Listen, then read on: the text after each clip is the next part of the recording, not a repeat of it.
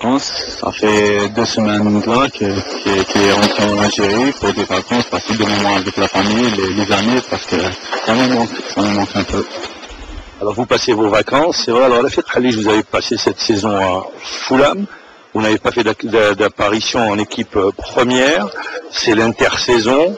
Rafik, du fait que vous n'êtes pas en équipe première, vous êtes compétiteur. Est-ce que ça va vous pousser encore à travailler encore plus pour convaincre votre entraîneur, ou bien vous vous dites non, je réfléchis pour me relancer, aller chercher ailleurs? Qu'est-ce que vous dites? Comme vous avez dit, je suis un compétiteur, c'est sûr que je cherche la compétition. Ce que je vais faire, je vais chercher la compétition. Je vais pas dire, ça ne veut pas dire que je vais partir de Fulham. Peut-être que je vais être compétiteur à Fulham, comme je peux être compétiteur ailleurs, mais ce qui est certain, c'est que je vais chercher la compétition cette saison. Je veux dire la saison prochaine, Inch'Allah. C'est-à-dire une place de titulaire en équipe première, c'est ce que vous dites? C'est certain. Ouais, alors, Rafik Khalij, quand on ne joue pas en équipe première, mentalement, c'est dur? Ouais, c'est sûr, c'est un peu dur, ouais, mais après c'est que il y a des choses qui se passent, des choses externes qui empêchent les joueurs peut-être à ne pas être titulaires ou ne pas être compétitifs. Mais non, c'est que c'est des saisons pas complètement oubliées, à dépasser, c'est certain, parce que on a appris beaucoup de choses, on a gagné. Justement, vous dites, j'ai appris beaucoup de choses, on a gagné en expérience. Alors, je voudrais revenir sur cet aspect. Ça endurcit le joueur, vous tirez des enseignements comme ça de passages difficiles dans une carrière? Bien sûr. C'est sûr, de côtoyer le haut niveau, mais c'est le haut de haut niveau. Jouer avec des grands noms, c'est que du bénéfice. Certes, deuxièmement, le moment difficile forge l'homme. J'espère que j'aurai pris un peu des deux pour la continuité de ma carrière, Inch'Allah. Vous avez évolué au Portugal, vous êtes dans le championnat d'Angleterre, ce qui se fait parmi les grands championnats au monde. Vous avez l'Espagne, l'Angleterre, l'Italie, l'Allemagne. Au Portugal, qu'est-ce que vous avez appris? Et en Angleterre, qu'est-ce que vous avez appris? Au Portugal, ce que j'ai gagné, c'est que le sérieux, parce qu'en sortant de l'Algérie, j'étais jeune, premièrement. Deuxièmement, c'est pas le sérieux demandé dans le monde footballistique. En Angleterre, c'était la gagne, beaucoup plus la gagne et la concentration totale dans le football et que le sport et la gagne.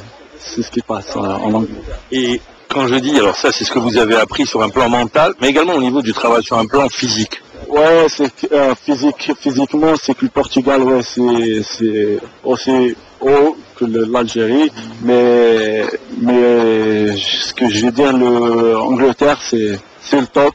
L'Angleterre, physiquement, c'est parmi les meilleurs, ou le plus physique championnat au monde. Ça travaille dur et il faut toujours être prêt. Ça, c'est certain. C'est-à-dire toujours répondre présent, dès que l'entraîneur fait appel à vous. C'est ça. Ça demande également une grande préparation tant sur un plan mental que physique.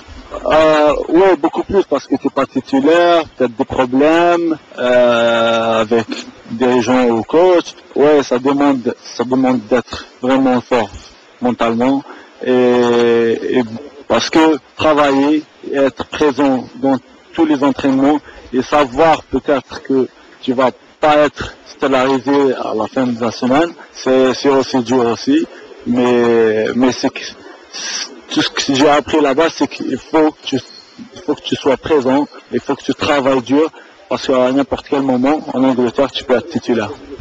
Alors justement, pour vous, quel est le championnat qui vous convient le mieux? Non, qui me convient, dans lequel vous voudriez jouer, vous rêvez de jouer? je rêve de jouer en Angleterre, c'est sûr. Heureusement, je l'ai réalisé, même si c'est à quelques matchs limite, mais au moins j'ai réussi à jouer dans ce championnat.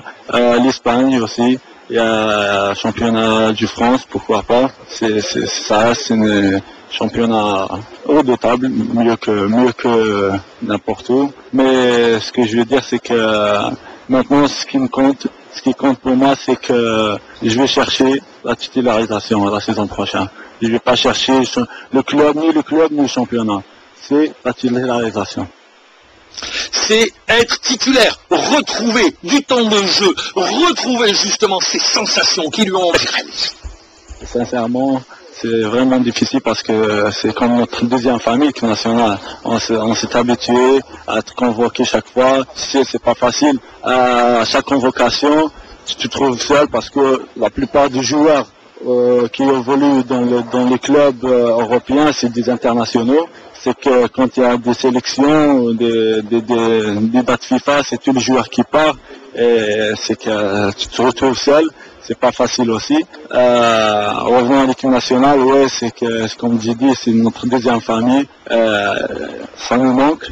J'espère retrouver la sélection au plus vite possible. T'as suivi les derniers matchs des Verts? C'est sûr. Alors justement, quelle impression t'as laissé l'équipe?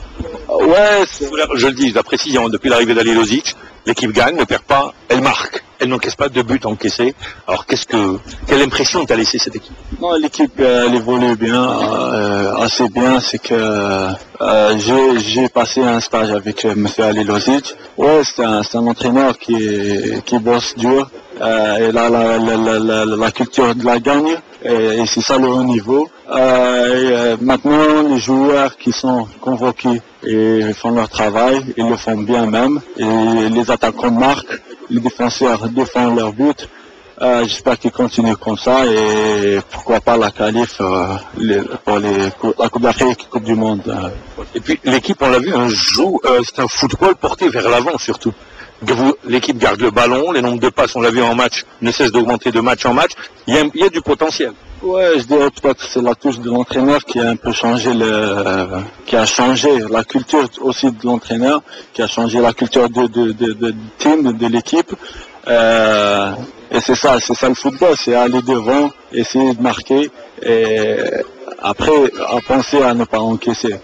Maintenant le football se joue sur la gagne. Il faut gagner, pour gagner il faut marquer et pour marquer il faut jouer le devant.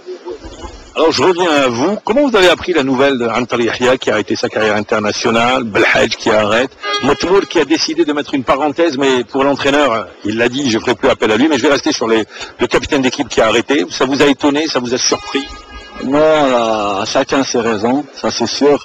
On va pas rentrer sur ce sujet. C'est que pour un temps, je savais. Il m'a déjà parlé, mais pour moi, mon opinion, c'est qu'il a un peu précipité les choses. Je dirais peut-être il a pu faire peut-être comme Bouguera et jouer la Coupe du Monde, pourquoi pas, et sortir par la grande porte. Mais même maintenant, il a laissé derrière lui une qualif historique en Coupe du Monde. On les souhaite tous une bonne continuation dans leur carrière ou dans leur vie privée. Pourquoi je vous pose la question? Je suis revenu parce que c'est des défenseurs. Ça veut dire que ça va changer en défense.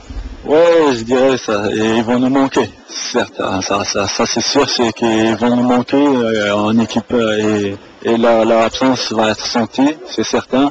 Après, c'est que maintenant il faut voir et trouver leur remplaçant. Eh bien justement, vous n'étiez pas remplaçant, vous étiez titulaire. Il faut le rappeler, donc vous allez justement dans cette défense, vous allez, on espère revenir le plus vite possible, retrouver cette défense. Quand on parle de défense, les automatismes, on les retrouve facilement? Ouais, je pense que oui, parce que on s'est pas arrêté, on a continué à travailler, on a continué à jouer, même j'ai continué à jouer dans l'équipe réserve, c'est pas n'importe quoi. Et les sensations de la compétition, on les garde? Pas légal, mais ça reste que tant de jeu qui n'est pas aussi mal, c'est que aussi mauvais, je veux dire, mais c'est pas la même chose, c'est certain. Mais maintenant, c'est que, comme je vous ai dit, c'est que l'équipe nationale nous manque, je vais tout faire pour retrouver. Il y a un bon coup à jouer pour la qualif? Ouais, j'aimerais participer. Moi, pour venir jouer direct, ça va pas être la même sensation. J'aimerais participer à cette qualif pour après la jouer, Inch'Allah.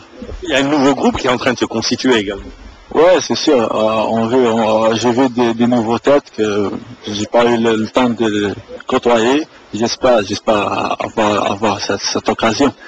Pour terminer l'interview, je reviendrai à la question initiale, la toute première question. Pour Halish, l'objectif principal sur cette saison 2012-2013, c'est de retrouver du temps de jeu, une place de titulaire, c'est ça?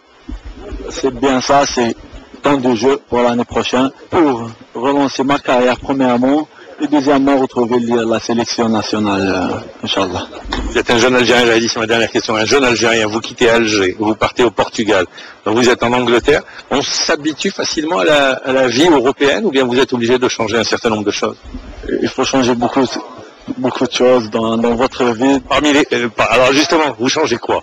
Parmi, il faut être plus ouvert, ça premièrement, parce que il le faut, on est dans leur pays, ils ont d'autres cultures, d'autres cultures comme j'ai dit, mais il faut être ouvert et accepter tout ça. C'est différentes cultures par rapport à nous, pour les accepter il faut être ouvert, ça c'est parmi les trucs. Deuxièmement, peut-être il faut être intelligent et comment dire, c'est que accepter certaines choses de leur part, parce que on est parti chez eux, ils ne sont pas venus chez nous. Je vais vous laisser conclure cette interview. Vous avez beaucoup de supporters, beaucoup d'admirateurs en Algérie. Certains vous appelez le rock en équipe nationale. Parce que pourquoi le rock? Parce que tout le monde se cassait sur cette défense qui était l'un des points forts de l'équipe d'Algérie. Qu'est-ce que vous leur dites? Je les remercie premièrement parce que à chaque fois je reçois des emails ou par internet et tout. Même des gens qui m'arrêtent dans la rue pour me soutenir, me supporter, m'encourager. Je les remercie et je leur donne rendez-vous très prochainement, Inch'Allah, avec la sélection pour les honorer encore une fois, Inch'Allah. Et puis je terminerai ce samedi à 20h30, où est-ce que vous serez? Samedi 20h30, où je serai sûrement devant ma télé en train d'attendre le match de l'équipe nationale, c'est certain. Et je vous conseille de mettre la chaîne 3. Voilà, ouais, d'écouter la radio, c'est ça. C'est ce qu'on a demandé à Khalif, de suivre en direct le match sur les ondes d'Alger chaîne 3. On remercie